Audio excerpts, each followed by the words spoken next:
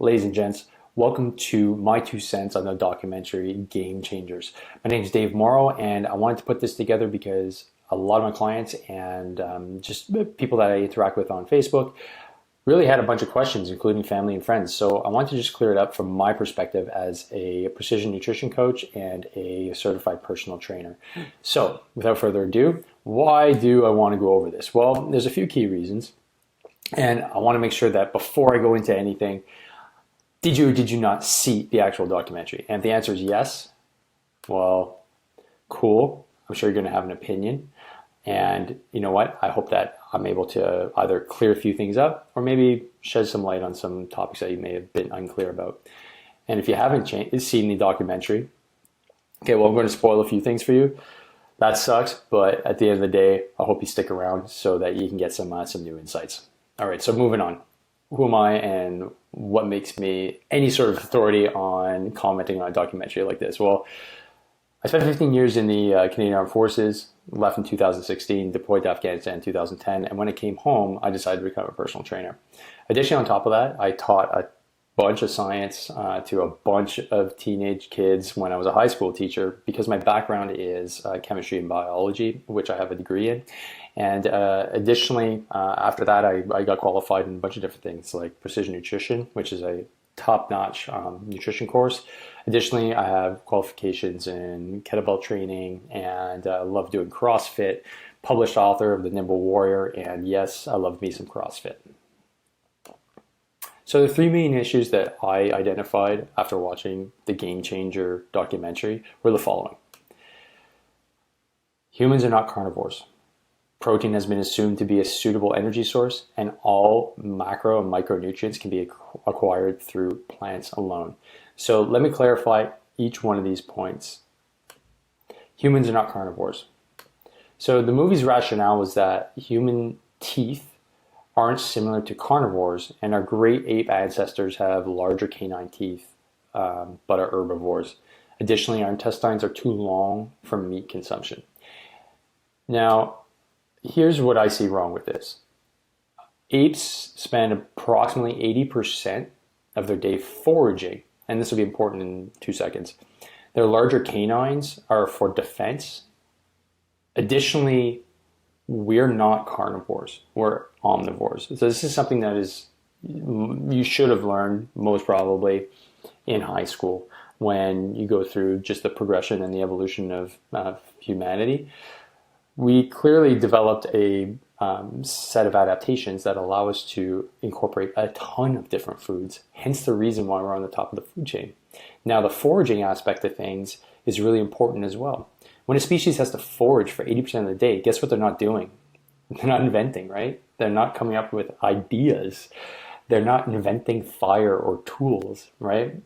So just that alone needed some clarification. They really took a big leap into saying that our teeth are not those of a carnivore, and they're right. A carnivore, if you look at a carnivore like a lion, a dog, a cat, these are carnivores. They have a very different teeth structure, and they're meant to primarily only eat meat, right? If you watch Joe Rogan, feed a cat only veggies and you get a vegan cat. It doesn't work, okay? We have the ability to eat protein from animal sources and veggies as well, which makes us far superior when it comes to the food chain. Our eyes are also front-facing, which makes us able to predate on other species, and let alone the fact that hunting is such a critical component to our evolution because it allowed us to band together and share knowledge and tools. Okay, I think I made my point. Meat is also extremely nutrient dense, even more so when it's cooked. Obviously, fire, and if you've ever seen The Quest for Fire, was an important stepping stone for our species. Once you're able to cook food, man, you're able to get rid of parasites. Additionally, there's more bioavailable protein. And there's a theory out there that this is what led to the rapid evolution of our massive brains because we had such a huge amount of protein now and omega-3 fatty acids dumped into our systems, and those that are able to better incorporate it became successful. Not only this, but when you eat meat, you have all 21 amino acids, so it's complete protein. And this is something that's really important, that your nutrient density requires you to do less work in order to be properly sustained and therefore not having to forage as much. Okay, moving on. Protein has been assumed to be a suitable energy source. And this, in the movie, we said that we eat excessive animal protein to act as an energy source based on 20th century study. Okay, sure. And this is news to me. I never heard of the study before, and never really assumed that this was a suitable energy source in any way, shape, or form. So something that kind of stuck out for me here was that this is kind of pulling things out of thin air. And having worked with athletes and being an athlete myself, I've never consumed protein for an energy source. So this is a big stretch. Fats and carbohydrates are our main energy source, and they're readily converted. Protein is not. Now, neither plant nor animal protein will provide energy readily. And that's pretty much a given. I mean, with any background in biology or even chemistry, that's pretty well understood. So to say that protein is your primary energy source for athletes was a real big stretch, and I think was extremely misleading. And lastly, macro and micronutrients can be acquired through plants alone. And the movie rationale was that you've never seen an ox eating meat. Okay, and lastly, you can obtain all your macro and micronutrients through plant-based diet. Okay, so let's just clarify a few things here. So this is a false equivalency when comparing an ox to a human being. Yes, we're both mammals. However, an ox is a ruminant and has a completely different digestive system. They break down cellulose. We cannot. The breakdown of that cellulose with the interaction of gut bacteria is able to synthesize amino acids. We do not have that capability, and therefore we need to eat them. There are essential amino acids that if you don't eat, you become malnourished and you can die. So therefore you need to ensure that you consume them regularly. Okay. Additionally, you can consume, pretty much all your macro and micronutrients. And in this case, let's take a macronutrient like protein. And the example they gave was a 3-ounce steak versus a peanut butter sandwich. Sure. However, in a 3-ounce steak, you have 18 grams of protein. To have an equivalent amount of protein in peanut butter, you need to consume 400 calories worth of it. Whereas in meat, you have about 200 calories. So now you've thrown yourself into an energy surplus, right? And is that going to jive with you wanting to lose weight? Because at the end of the day, an energy surplus tends to lead to gaining weight, and an energy deficiency tends to have you lose weight. So we just need to be careful there. Additionally, plants alone miss some of the following nutrients, micronutrients, because when you're consuming plant-based, you have to consume a lot more to get the essential amount of, in this case, omega fatty acids. We need approximately 1.5 grams per day. There are sources of omega fatty acids out there. Don't get me wrong, chia seeds, hemp seeds, they have omega-3 fatty acids, but make sure you get them into you. You need about 2 tablespoons of the chia seeds to get your daily dose. Whereas if you're eating things like fatty fish and grass-fed beef, grass-finished beef, you're going to get it regardless in mass. Okay.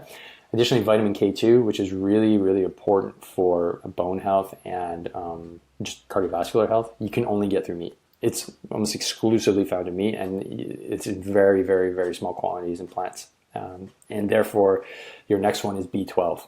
B12 used to be a lot more readily available in our diet because it's found in soil.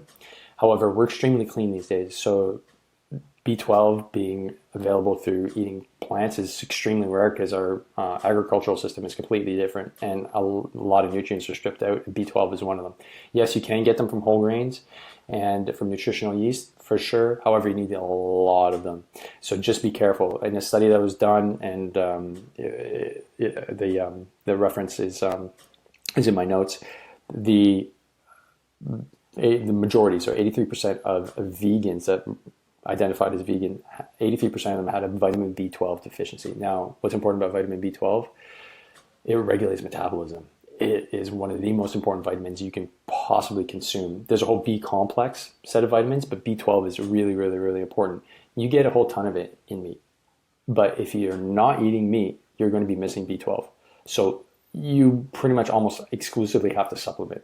And that is one of the main reasons why I don't feel that going on a pure vegan diet is of any benefit long term, because it is a construct essentially of modern society.